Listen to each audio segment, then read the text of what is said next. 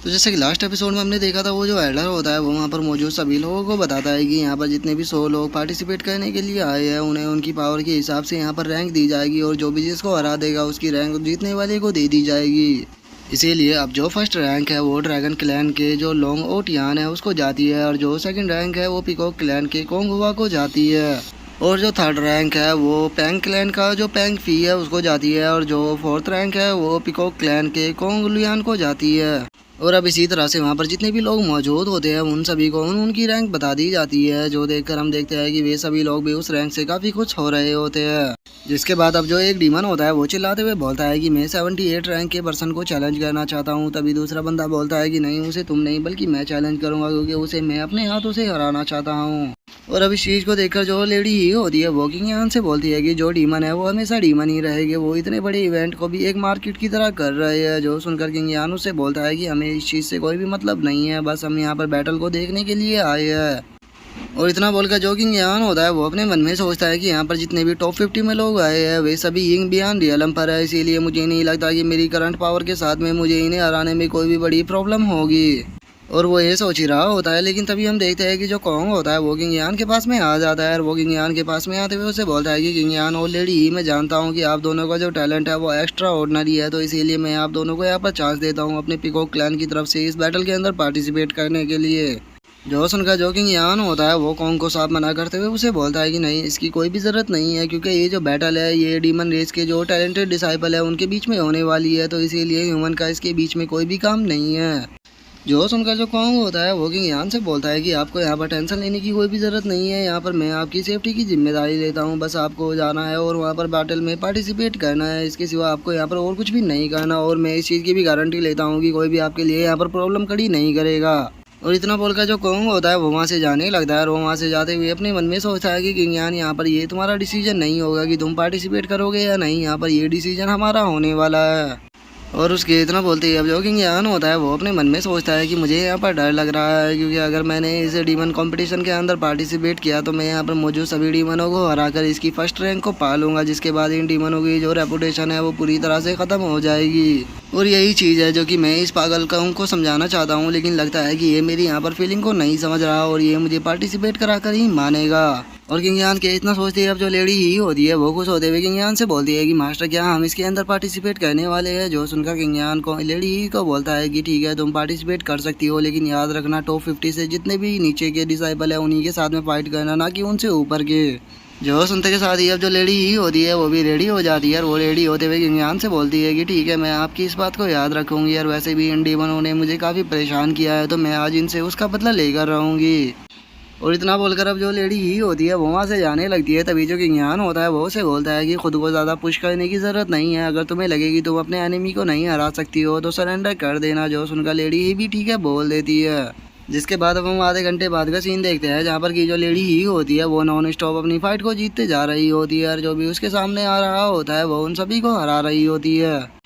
जो देखकर अब जो कोंग होता है वो अनाउंस करते हुए बोलता है कि जो लेडी ही है वो नॉन स्टॉप अपनी फाइट को जीतती गई है, और इसीलिए वो अब 83 रैंक पर आ चुकी है। जो सुनकर लेडी ही बोलती है कि ये सभी तो काफ़ी कमज़ोर थे। जो सुनकर वहाँ पर जो डीमन बैठे हुए होते हैं उन्हें बहुत ज़्यादा गुस्सा आने लगता है, और वही गुस्से में चिल्लाते हुए बोलते हैं कि ये ह्यूमन तो बहुत ज़्यादा एरोगेंट है। तभी एक और डीमन गुस्से में बोलता है कि आखिर पिकॉक क्लैन खुद को समझता क्या है, उसकी हिम्मत कैसे हुई यहाँ पर डीमनों के पार्टिसिपेट में इस ह्यूमन को एंटर कराने की। जो सुनकर एक और डीमन बोलता है कि अभी कुछ भी कर इस ह्यूमन को यहाँ पर डिफीट करना ही होगा, नहीं तो ये हम डीमनों के लिए बहुत ही बड़ी शर्म की बात होगी कि एक ह्यूमन आकर हमें हमारे घर में ही हरा गया। और उन डीमनों के इतना बोलते के साथ ही अब जो कोंग होता है वो लेडी ही से बोलता है कि लेडी ही क्या आप आगे फाइट को कंटिन्यू रखना चाहती हो। जो सुनकर लेडी ही उसे साफ मना करते हुए बोलती है कि नहीं, मैं अब काफ़ी ज़्यादा थक चुकी हूँ तो इसीलिए मैं अब आगे फाइट नहीं करूँगी। जो सुनते के साथ ही अब जो कोंग होता है वो बाकी डीमनों की तरफ देखते हुए बोलता है कि ये जो लड़की है ये पहले ही थक चुकी है, लेकिन मैं अभी भी तुम लोगों से पूछना चाहता हूँ कि ये 83 रैंक पर है तो क्या कोई इसे चैलेंज करना चाहता है। जो सुनते के साथ ही हम देखते हैं कि एक डीमन सामने आते हुए बोलता है कि हाँ मैं इसे चैलेंज करता हूँ, मैं पैंग क्लैन का एक डिसाइबल हूँ, और अगर मेरी रैंकिंग की बात की जाए तो मैं 48 रैंक पर हूँ, और मैं यहाँ पर इसे चैलेंज करने के लिए आया हूँ। और अब उसे चैलेंज करता हुआ देखकर वहाँ पर जो डीमन बैठे हुए होते हैं वो भी थोड़ा कंफ्यूज होने लगते हैं। और वे कंफ्यूज होते हुए बोलते हैं कि आखिर ये इस लड़की को चैलेंज क्यों कर रहा है, क्योंकि रूल तो ये है कि हम अपने से ऊपर की रैंक के वाले को ही चैलेंज कर पाते हैं, ना कि नीचे वाली रैंक को। क्योंकि इस चीज़ में एक बहुत ही बड़ा रिस्क होता है, क्योंकि चाहे हम इस चीज़ को जीते या हारे लेकिन हमारी जो रैंक है वो घटनी ही घटनी है। जो सुनकर जो एक डीमन होता है वो हंसते हुए बोलता है कि लगता है कि उसे इस ह्यूमन के ऊपर काफ़ी ज़्यादा गुस्सा आ चुका है, इसीलिए वो अपनी रैंक के ऊपर ध्यान ना देके अब इस ह्यूमन को मजा चखाना चाहता है।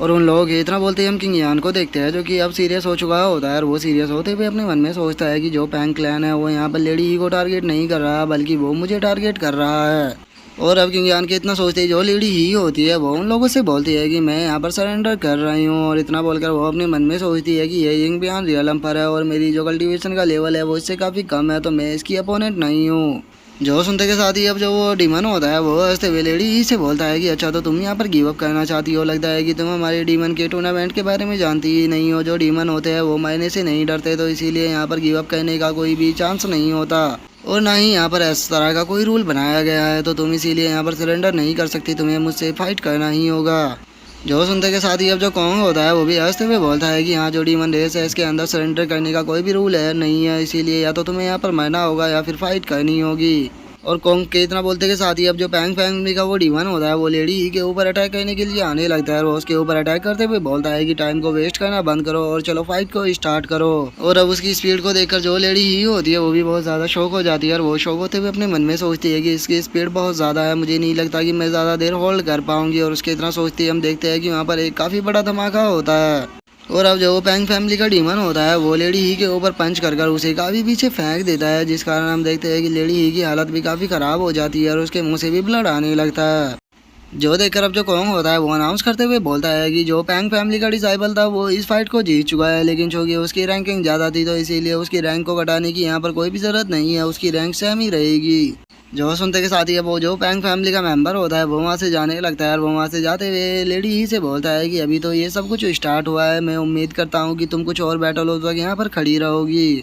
और उसके इतना बोलते के साथ ही अब जो कॉन्ग होता है वो नेक्स्ट अपोनेंट को अनाउंस करते हुए बोलता है कि जो नेक्स्ट अपोनेंट है वो बाउजुआ होने वाला है, तो वो जल्दी से स्टेज पर आओ। जो सुनते के साथ ही अब जो बाउजुआ होता है वो भी स्टेज पर आ जाता है और वो आते हुए बोलता है कि मैं यहाँ पर आ चुका हूँ, तो चलो अब तुम मेरे चैलेंज को एक्सेप्ट करने के लिए तैयार हो जाओ। जो सुनते के साथ ही जो लेडी ही होती है वो गुस्से में बोलती है कि मैं इस फाइट के लिए रिफ्यूज़ करती हूँ, क्योंकि ये पिछली बैटल में मैं पहले ही इंजर्ड हो चुकी हूँ, तो इसीलिए मैं नेक्स्ट फाइट को नहीं कर सकती। जो सुनते के साथ ही जो कॉन्ग होता है वो गुस्से में चिल्लाते हुए उससे बोलता है कि ये जो बैटल है ये टैलेंट बैटल होने वाली है, तो इसमें तुम फाइट करने से मना नहीं कर सकती, या तो तुम्हें यहाँ पर मरना होगा या फिर बैटल करनी होगी, तो चलो बैटल को स्टार्ट करो। जो सुनते के साथ ही अब जो बाउजू होता है वो लेडी ही के ऊपर अटैक करने के लिए आने लगता है। और वो उसके ऊपर अटैक करते हुए बोलता है कि डरो मत, मैं तुम्हें यहाँ पर नहीं मारूंगा, बस मैं तुम्हें तब तक यहाँ पर पीटूंगा जब तक कि वो तुम्हें बचाने ना आ जाए। और इतना बोलते के साथ ही वो जो डीमन होता है वो लेडी ही के ऊपर विंड स्पीड क्लॉक से अटैक कर देता है। और अब उस अटैक को अपनी तरफ आता हुआ देखकर जो लेडी ही होती है वो भी अपनी आंखों को बंद कर लेती है, क्योंकि वो समझ चुकी होती है कि वो इस अटैक से नहीं बच पाएगी। और वो अपनी आंखों को बंद करते हुए अपने मन में सोचती है कि मुझे इस कंपटीशन के अंदर इंटर ही नहीं करना चाहिए था।